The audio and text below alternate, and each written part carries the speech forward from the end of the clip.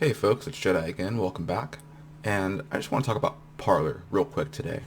Because yesterday Donald Trump got banned from basically every major social media platform that one could get themselves banned from. Good job. Now the focus has shifted to Parler, especially as a lot of QAnon and other related accounts are being purged from Twitter and other platforms.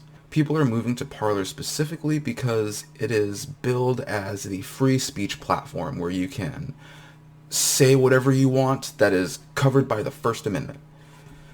The problem is there have been some posts on Parler that maybe aren't covered by the First Amendment, specifically those that call for violence or glorify violence, particularly in reference to what happened at the Capitol on the 6th, which was actually just a couple days ago, but it feels like it's been weeks already. So pressure's on Parler now because of their moderation, or I guess lack thereof, or lack of type of moderation. So far, the Google Play Store has gotten rid of Parler completely until they fix their moderation issue. And as of yesterday, Apple gave them 24 hours to kind of figure out the same thing, or they're going to be off the App Store, leaving them basically just on the web. So that doesn't mean Parler's gone. They'll still be able to continue as they are. There's just a possibility that people who are only accessing Parler through their phones or smart devices aren't going to do that anymore if they can't be bothered to go to the browser.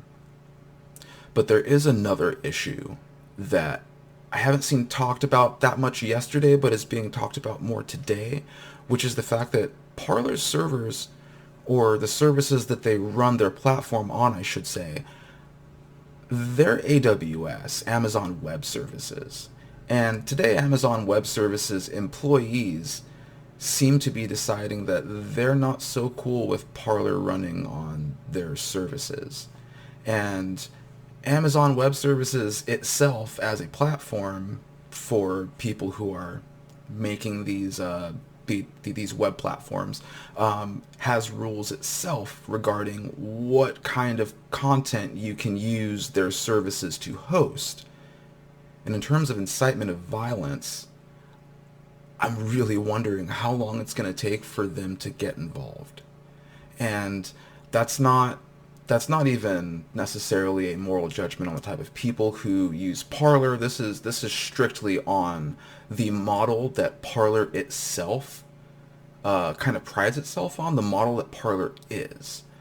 Basically, they are at a point where, at least as far as I see, they're going to have to go against their ideological goal of remaining as free as possible in order to remain online. And I'm not sure which direction they're going to go in that impasse, or I guess at that crossroads, because it makes more sense, at least to me, for them to stand their ground.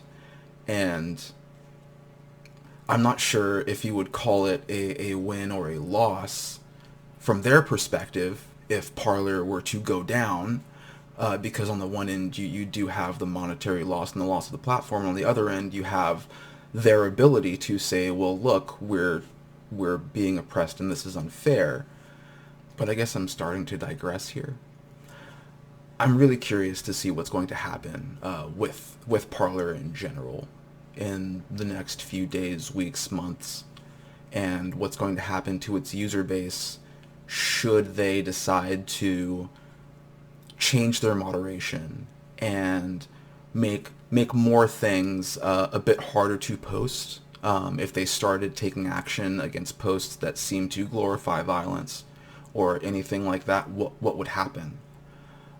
It already is such that Parler does have rules. You can get your posts and accounts removed, so they have some sort of moderation in place. It's just not for these particular things, which, from what I understand, many of their users feel are more ideological, more left-right, than an issue of this tool is being used to incite violence on a slightly disturbing scale.